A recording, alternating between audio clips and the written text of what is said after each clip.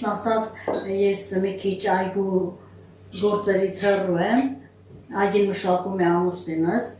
իմը խոհանոցն է և տան մաքրությունը։ Մեր հաղորդումների ընթացքում ես ցույց կտամ մեր այգին, սեփական այգու մշակածը ուրիշ է սիրելիներս։ Հիմա ամբողջ բանջարեղենը, միրգը բոլորս էլ գիտենք, որ այնքան թունակ քիմիկատներ են օգտագործում, որ ոչ մի բանի մեջ հիմա համոհոտ չկա, իսկ երբ ունեն մեզ քո այգու բանջարեղենը, քո այգու մշակած որևէ բան, արդեն տարբերությունը զգում ես համի մեջ։ Եմի չայլոց ասեմ, որ այս գեղեցկուհիներն են մեր այգուց։